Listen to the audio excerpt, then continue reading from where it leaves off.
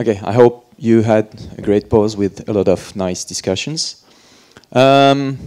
We still have a lot of talks this afternoon. And we're going to start with something a bit different. Like, can we have, Jean-Michel, some light on the room for a quick poll? Like, who likes scripting in Bash? Wow, okay. Who hates Bash? Oh. Come on. Don't be shy. Okay, fair enough. So Roy kind of hates Bash, and I also do. And Roy's going to tell us what we can do with Swift to actually achieve some of what we do usually with Bash. Roy is an independent developer from working currently at Zenly. And he's going to teach us what we can do with Swift as a scripting language. Thank you. Hi. So this will be an introduction to scripting in Swift. Yep. All right. So Swift, one of the goals of Swift was to be this kind of full spectrum language that will cover all kinds of programming. And as developers, we know about Swift on the iPhone and on the Mac. And we're going to hear today about Swift on the server, and there's a lot of conversation about that. But Swift in the command line doesn't get as much love in the developer community, and that's kind of what I want to talk about today. So if you want to write a script, usually your go-to is one of these languages. So you either write your script in Ruby or Bash or Python. And I don't actually hate Bash, but I mean they're all great. They all have their advantages. But Swift has advantages too. So one of the big advantages of Swift is that it's familiar. So you don't have to learn a new language. You don't have this kind of learning curve that you have with Ruby or Bash if you want to do complicated things. And you never need to go to Stack Overflow or Google. Swift is type safe in the way that some of these languages are not, and you actually benefit from all of the language features of Swift, like optionals, etc. Swift is testable, and I think we'll have some questions about that later, but it's much easier to test Swift than it is to test Bash, for example. Apple tells us that Swift is fast, and maybe it is.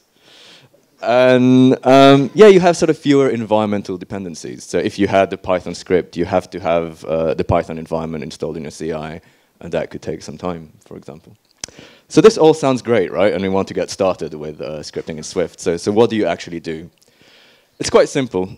So basically, this is kind of the noob version. You need to add this shebang at the top of your Swift file, and it just tells the command line how to run it. So you point to user bin Swift. And then you need to make the Swift file executable. So you do it with a chmod x. And that's it. You have a Swift script. So that's pretty easy. But where should you write your Swift script? As with most things in programming, the answer is it depends. There isn't a perfect Swift scripting IDE. If you're doing something quite simple, I found that the playgrounds, Swift playgrounds, is a good place to do it. The way playgrounds execute code is very similar to how it will run in the command line. You have the console, and you don't have the overhead of maintaining an Xcode project. But if you're doing something a bit more complex and you want to interact with the file system, for example, I actually found that doing an Atom is quite good. Atom is GitHub's hackable text editor. And the focus is on it being hackable, so you can install these packages. There's a script package and a Swift language package. And it makes Atom into quite a capable Swift scripting tool. So basically for this talk, it's a lightning talk. I wanted to do a little demo to show you what you could do with a Swift script. And I found this library on GitHub. It's called Eskify. It's not very popular. It has 2 stars, and one of them is me. What it does, it takes an NS image and outputs an ASCII string. So one of the benefits of scripting in Swift is that you can actually leverage the entire macOS ecosystem. So you want to integrate a third-party library. You could use the Swift package manager, which I think the next lightning talk is about, or you could use cocoapods. There are other solutions as well. But for cocoapods, Boris, who's speaking later, he wrote a plugin called Rome that produces the kind of frameworks that you can integrate in your scripts quite easily. I think he wrote a lot of tools for scripting in Swift, so you should check them out. And if you remember this kind of noob shebang statement from before, if you want to integrate a framework that was signed for OS X, it gets a bit more complicated. So yeah, like here I actually compile my script into an executable file, and you need to specify the target and the paths to the frameworks. So yeah, as I said, yeah, okay, so we have the script. This is a script. As you can see, it's very, very simple. It's like 9 lines of code. And all it does is you get the path to an image file, you convert it, and you print it out. And yeah, when you run that, you get an executable file, and you get an SK image generated. And yeah, that's not bad. But it's not very useful, right? Because we hard-coded the path to the image. So if we want to have this script that we can run on any image on my machine, you actually can access arguments in Swift scripts. So this is in Foundation. In Swift 3, it's called command line. I think in Swift 2, it's called process. But you can access an array of strings of the arguments.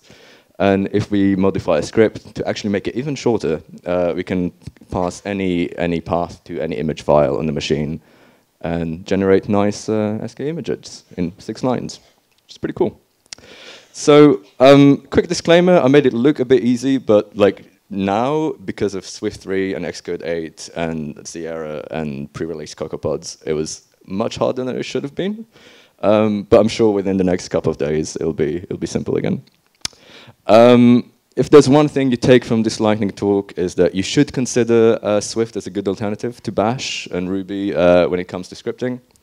The benefits are mainly the fact that you're familiar with the language and that you can write quickly, you can test, and you can leverage everything that we know and love from macOS.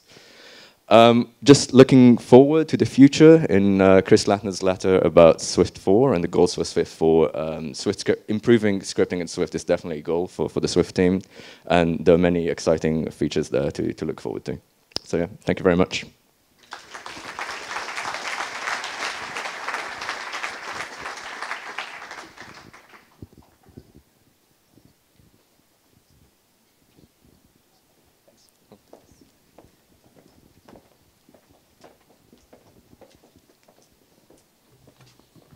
Yeah, so thanks for this great idea. I mean, Thanks. Talking about that is quite interesting. Like someone who actually did it for real.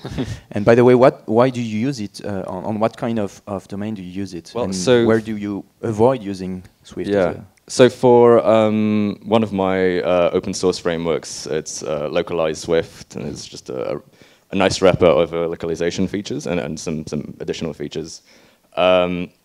Yeah, I had so in order to grab strings from the app, you have a genstrings script that Apple provides, but because I have a different localization syntax, I had to write my own genstrings. And initially I had a Python one, but my Python knowledge is not phenomenal, so I couldn't do like the complicated stuff that I wanted to do. And I rewrote that in Swift, and even though it's more verbose, it works really well, and I can edit it really easily and make changes, and that's much nicer.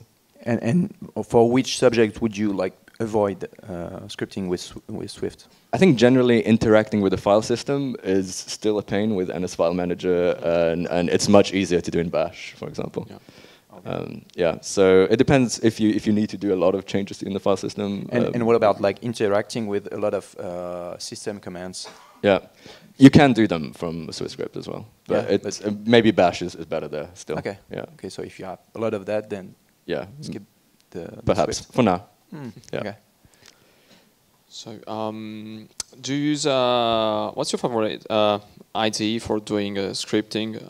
Do you do that on like Sublime Text, or you use you test that on Playgrounds, or? Yeah, so I said like Playgrounds is a good place to start. Yeah, if you have sort of more complex needs, generally you can hack whatever you want into Atom. Yeah, totally. So Atom's good for that. Yeah, but on Atom, like, do you have the same kind of integration with Playgrounds that we have in Xcode? You don't, but you can get a console. You can run your scripts. Oh yeah, that's true. That yeah, you can as long as it's a script. Autocomplete, all the language features. Nice. Yeah. Yeah. Great. That's fine for me. Yeah, for me too. We have a bit of late, so we need to move on to Yes, the next absolutely. talk. Yeah. Thanks, Roy. Right, thank Thanks you a very lot. much.